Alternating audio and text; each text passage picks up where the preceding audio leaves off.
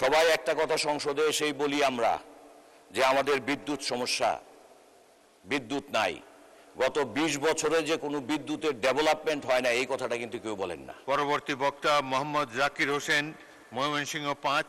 আপনার সময় 6 মিনিট। বিসমিল্লাহির রহমানির রহিম। মাননীয় স্পিকার, আপনাকে ধন্যবাদ আমাকে কথা বলার সুযোগ করে দেওয়ার জন্য। আজ আমি দলের একজন সদস্য হিসেবে কথা বলছি, কিন্তু তার আগে আমি বাংলাদেশের একজন সন্তান হিসেবে কথা বলতে চাই। বাজেটের বাইরে হাজার হাজার কোটি টাকার হিসাব আছে বইয়ে, কিন্তু আমার চোখের সামনে ভেসে ওঠে অন্য হিসাব। একজন কৃষকের ঘামে ভেজা মুখ, একজন শ্রমিকের ক্লান্ত হাত, একজন মায়ের নির্ঘুম রাত, একজন শিক্ষিত তরুণের অপেক্ষা। মাননীয় স্পিকার, আজ আমরা শুধু একটি বাজেট নিয়ে আলোচনা করছি না, আমরা আলোচনা করছি সেই কৃষকের ভবিষ্যৎ নিয়ে যিনি ভোরে মাঠে যান কিন্তু সন্ধ্যায় ন্যায্য দাম পান না। আমরা আলোচনা করছি সেই মায়ের কথা যিনি সংসারের খরচ মেলাতে গিয়ে নিজের প্রয়োজন বিসর্জন দেন। আমরা আলোচনা করছি সেই তরুণের কথা যার হাতে ডিগ্রি আছে কিন্তু চাকরি নেই। আমি এমন একটি বাংলাদেশের স্বপ্ন দেখি যেখানে কোনো কৃষক উৎপাদনের খরচ নিয়ে আতঙ্কিত হবে না, কোনো ছাত্র অর্থের অভাবে শিক্ষার সুযোগ হারাবে না, কোনো রোগী হাসপাতালের দরজায় দাঁড়িয়ে চিকিৎসার অভাবে ফিরে যাবে না। বাজেট শুধু অর্থনীতির দলিল নয়, এটি একটি জাতির নৈতিক অঙ্গীকার।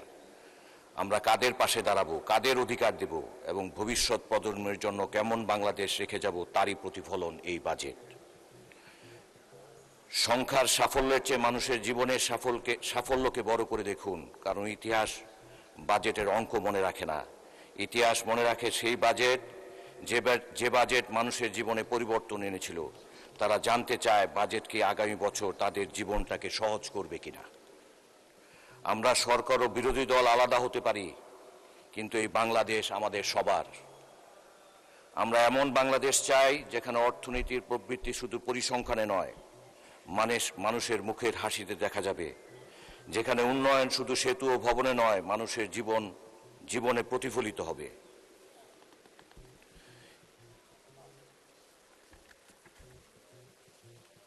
মাননীয় স্পিকার,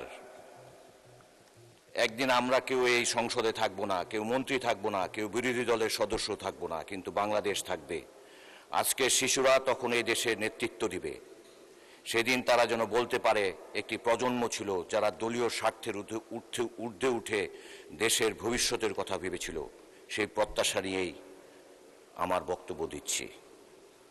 2026-27 অর্থ বছরের বাজেটের বেশ কিছু ইতিবাচক দিক উল্লেখ করছি, যদিও বিরোধী দল বাজেট বাস্তবায়ন নিয়ে উদ্বেগ প্রকাশ করেছেন। আমি অর্থনীতিবিদ নই মাননীয় স্পিকার, বাজেটের বই পড়ে যতটুকু বুঝেছি, আমার দৃষ্টিতে যতটুকু ভালো মনে হয়েছে আমি শুধু সেটুকুই বলবো।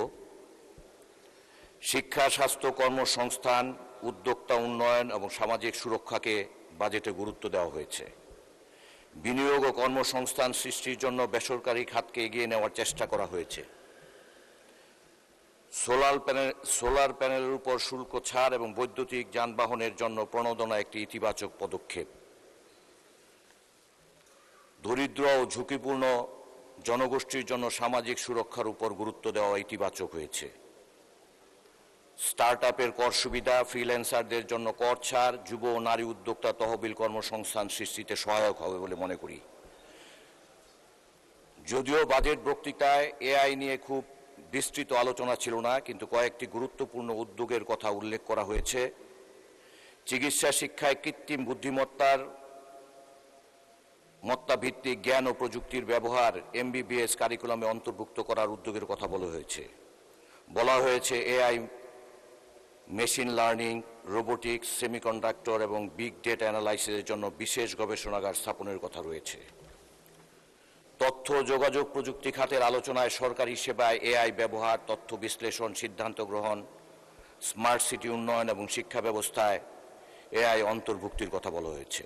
স্বাস্থ্য, কৃষি ও জনসেবামূলক খাতে এআই ব্যবহারের পরিকল্পনার কথা উল্লেখ রয়েছে।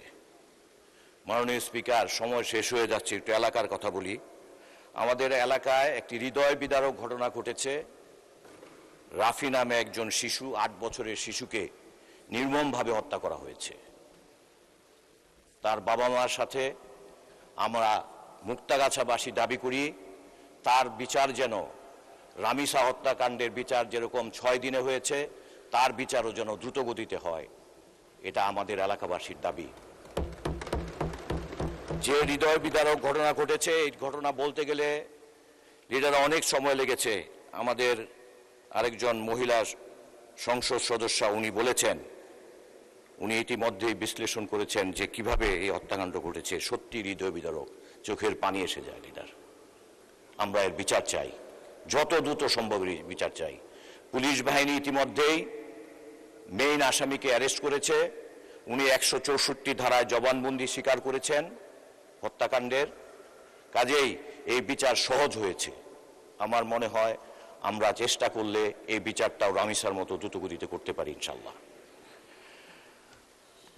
তাহলে একটু এলাকার কথা বলি, মাননীয় স্পিকার একটু সময় বাড়ায় দিয়েন। আমাদের মুক্তাগাছা অত্যন্ত পুরাতন পৌরসভার এলাকা। মুক্তাগাছা মাননীয় সদস্য 1 মিনিটে কনক্লুড করেন। 2-3টা মিনিট দেন। আচ্ছা 2 মিনিট, তো ডেইলি কথা বলি না। ওকে 2 মিনিটে শেষ করেন। 3টা মিনিট দেন। 2 মিনিট। মুক্তাগাছার যে মেইন রোড, এই রোডটা আমাদের উত্তরবঙ্গকে কানেক্ট করে। এই রাস্তা দিয়ে যেতে গেলে যদিও বাইপাস হচ্ছে কাজ চলছে, আমাদের মাননীয় সহযোগিতা করছেন, যেটা 1 বছরে হতো। উনি চেষ্টা করে এটা আগামী 1 মাসের ভিতরেই আমরা ওই রাস্তা দিয়ে যেতে পারবো। যদিও কমপ্লিট হবে না, উনিও বলেছেন দ্রুততার সহিত কমপ্লিট করে দিবেন। মুক্তাগাছা শহর দিয়ে যে রাস্তাটা গিয়েছে, এই রাস্তাটা উত্তরবঙ্গে যেতে গেলে একটি মাত্র রাস্তা। এই রাস্তাটাকে 4 লেনে রূপান্তর করার দাবি জানাচ্ছি মাননীয় স্পিকার। আমাদের মুক্তাগাছায় যে ড্রেনেজ সমস্যা, বাজারগুলোতে যে ড্রেনেজ সমস্যা, প্রতিটা বাজার এই 2-3 বছর পরে পরে রাস্তা করা হয় কিন্তু ভেঙে যায় ড্রেনেজ সিস্টেম না থাকার কারণে। এটা মনে হয় শুধু মুক্তাগাছা না, আমাদের সারা বাংলাদেশের সমস্যা। এটার দিকে একটা বিশেষ নজর দেওয়া উচিত। আমাদের মন্ত্রী সাহেব এখানে আছেন, ওনার কাছে দাবি জানাবো, ফখরুল ইসলাম আলমগীর সাহেব, যে আমাদের বাজারের রাস্তাগুলো যদি ড্রেনেজ সিস্টেমগুলি ডেভেলপ করা হলে এই রাস্তাও দীর্ঘদিন টিকবে এবং বাজারে যে প্রবলেমটা হয় সেটারও সমাধান হবে। সবাই একটা কথা সংসদে এসেই বলি আমরা যে আমাদের বিদ্যুৎ সমস্যা, বিদ্যুৎ নাই। গত 20 বছরে যে কোনো বিদ্যুতের ডেভেলপমেন্ট হয় না, এই কথাটা কিন্তু কেউ বলেন না। আমাদের যে ফ্যাসিস্ট সরকার, যে আমাদের এনার্জি মিনিস্ট্রিটাকে ধ্বংস করে দিয়েছে, এই বিদ্যুতের সমস্যার জন্য আমাদের সরকার বিশেষভাবে চেষ্টা করছে। আমরা আশা করি যে আগামী 1-2 বছরের ভিতরে এই সমস্যার সমাধান হবে। আমাদের শিক্ষা ব্যবস্থাটাকে এই ফ্যাসিস্ট সরকার ধ্বংস করে দিয়েছে। আমাদের মন্ত্রী ইতিমধ্যেই বলেছেন। ধন্যবাদ মাননীয় সদস্য।